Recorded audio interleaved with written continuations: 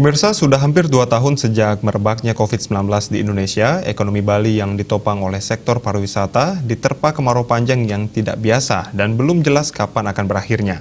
Bali yang telah memilih dirinya menjadi provinsi jasa, lebih dari 70% ekonominya digerakkan oleh sektor jasa, mengalami pukulan yang telak karena pandemi COVID-19 ini.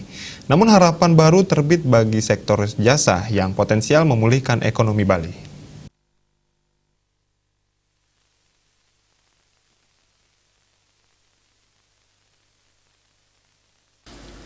Made Agus Adnyana, statistisi di Badan Pusat Statistik Provinsi Bali menyampaikan rilis Badan Pusat Statistik untuk indikator pertumbuhan ekonomi Bali tahun 2021 beberapa hari lalu memberi sedikit asa bahwa Bali sedang bangkit walau perlahan-lahan.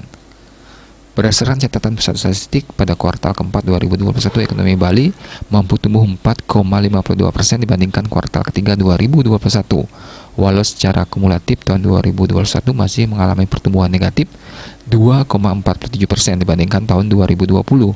Tercatat dari 14 sektor jasa, 11 sektor mampu tumbuh, bahkan 6 sektor jasa mampu bersinar di atas pertumbuhan rata-rata perekonomian Bali.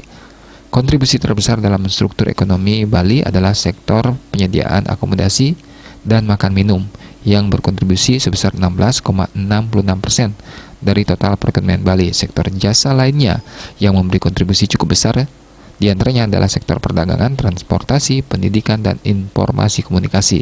Dari sisi tenaga kerja, sektor jasa mampu menyerap tenaga kerja lebih dari 60% tenaga kerja Bali. Di bidang jasa pendidikan, Indonesia masih menjadi negara pengimpor jasa pendidikan dunia. Berdasarkan data dari UNESCO Global Flow of Tertiary Level Student, sekitar 53,6 ribu pelajar Indonesia pergi ke luar negeri untuk melanjutkan pendidikan mereka pada tahun 2019.